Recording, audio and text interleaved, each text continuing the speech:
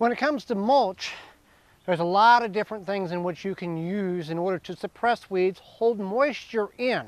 We're up in the front yard at our front yard little raised bed here. We got Swiss chard and we have onions that are pretty much ready to harvest, even though the bulbs are smaller than what we want them to be. But that's another conversation for another day. So what we can do and what we choose to use is shredded paper. We get a lot of junk mail and just a lot of paper acquires in the house. So what we have found is shredded paper works really good as a mulch.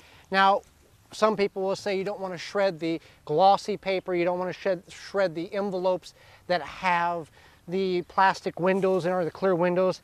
We just put everything through the shredder and let it all come out as is. We even take cardboard and shred that. But what happens with this paper is when it gets wet, it'll actually kind of bind together, not create like a barrier to prevent moisture, but really puts a nice thick preventive layer around the plants and on the soil. So here's some cardboard there.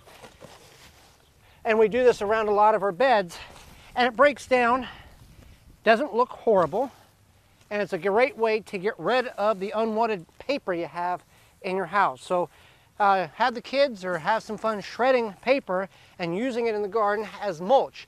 You can also shred it if you don't want to use it as a mulch. You can use it as a brown material in your compost pile to help the greens break down quicker. For more information, please visit thewisconsinvegetablegardener.com.